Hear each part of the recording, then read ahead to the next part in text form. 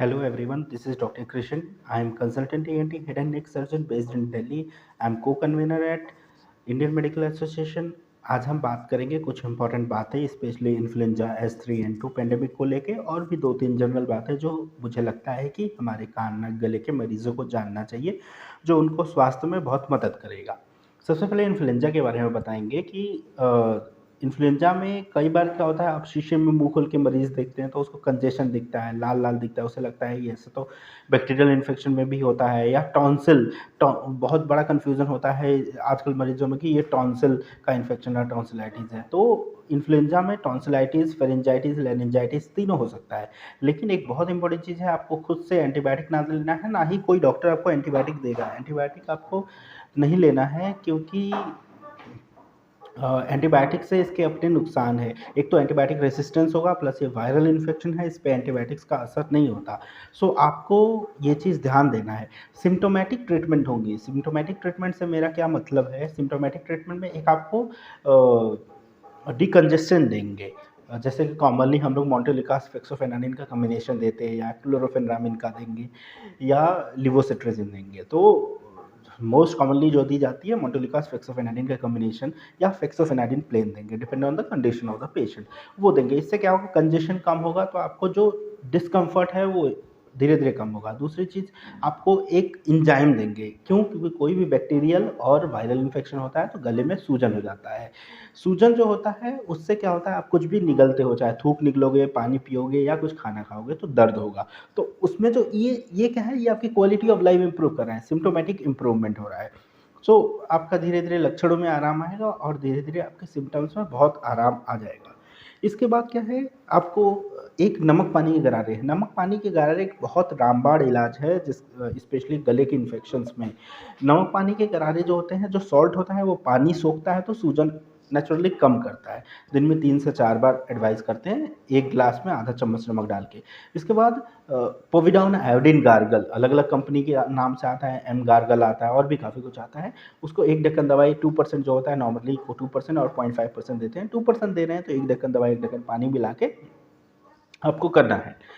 तो ये बहुत, और जो बिटाडिन गार्गल है ये बैक्टीरियल में, वायरल में भी इफ़ेक्टिव होता है।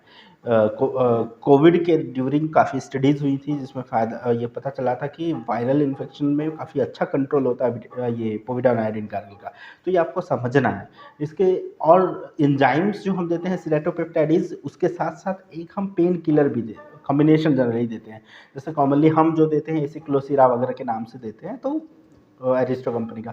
सो ये बेसिकली चीज़ है जो हमें अभी इन्फ्लुएंजा पैंडेमिक में आपको एंटीबायोटिक नहीं लेना है। ना तो आपको, कई बार क्या होता है कि गवर्नमेंट में पेशेंट नासमझ होते हैं, या प्राइवेट में भी कई बार पेशेंट होते हैं जो बोलते हैं कि एंटीबायोटिक लीजिए। एंटीबायोटिक की कोई ज़रूरत नहीं, वो आपको आगे चल के नुकसान ही करेगा, कोई फ़ायदा तो नहीं करेगा। तो एंटीबायोटिक के यूज़ को कर्टेल करना है। गवर्नमेंट गाइडलाइंस है, इंडियन मेडिकल एसोसिएशन की भी गाइडलाइंस है कि आपको एंटीबायोटिक का यूज़ मिनिमम या ऑलमोस्ट अवॉइड करना है इन्फ्लुएंजा के केसेस में। दूसरी चीज़, एक और चीज़ होता है गवर्नमेंट हॉस्पिटल्स में, कई बार मरीज़, कई डॉक्टर्स हैं, कई एंटी डॉक्टर्स हैं जो मरीजों के लिए वीडियोस बना रखते हैं सावधानी की, बिटाडिन गार्गल कैसे करना है, पोविडान आयोडीन गार्गल कैसे करना है, कैसे स्प्रे लेना है, कैसे ड्रॉप लेना है। तो वो बोलते हैं मरीज़ को कि आप वीडियो देख लीजिए। मरीज़ क्या बोलता है, आप यहीं बता दो। आप 150 मरीज़ अगर एक डॉक्टर को देखना है तो प्रैक्टिकली 4 घंटे में पॉसिबल नहीं होता कि सभी को प्रॉपर तरीके से हम प्रिकॉशंस बता पाएँ। इसके लिए हमने वीडियोज़ बनाए हैं, कोई भी डॉक्टर वीडियो बनाता है वो आपको फॉलो करना है।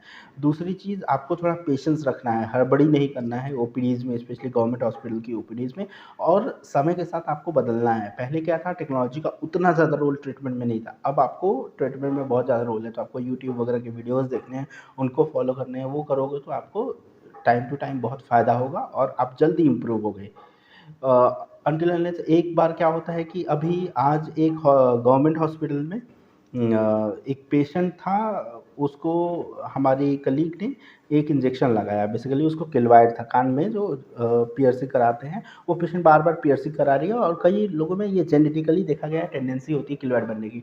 तो हाँ, मेरी कलीग ने उनको ट्राइमसोलोन एसीटोनाइड और हाइलुरोनिक एसिड का इंजेक्शन लगाया। वो आउट ऑफ स्टॉक होता है तो वो बाहर से मंगा के लगाना होता है, वो हॉस्पिटल में है नहीं।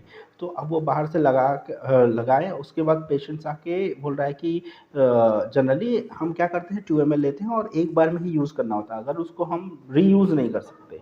अगर रीयूज़ करेंगे तो उसकी क्वालिटी डिग्रेड हो जाएगा और यूज़लेस हो जाएगा, और एक्चुअली उसका जो इंजेक्शंस होता है वन्स अ वीक देते हैं, तो 7 डेज़ तक तो वो प्रिज़र्व भी नहीं रह पाएगा।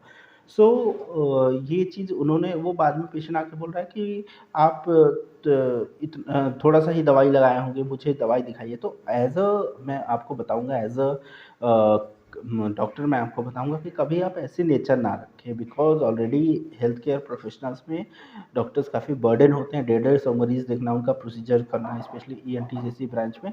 सो ये काफ़ी डिफ़िकल्ट होता है, और ये काफ़ी डिफ़िकल्ट होता है, तो ये चीज़ आपको समझना है, और कि ऐसा ना करें अननेसेसरी। फिर वो पेशेंट बोल रहा है कि आप मेरे को उसका बॉटल दे दीजिए, और कोई भी मेडिकल प्रोसीजर हम करते हैं, बायोमेडिकली वेस्ट जो होते हैं, बायोमेडिकल वेस्ट होते हैं, उसको अलग-अलग क्लासिफ़ाइड बिन्स में हम डालते हैं।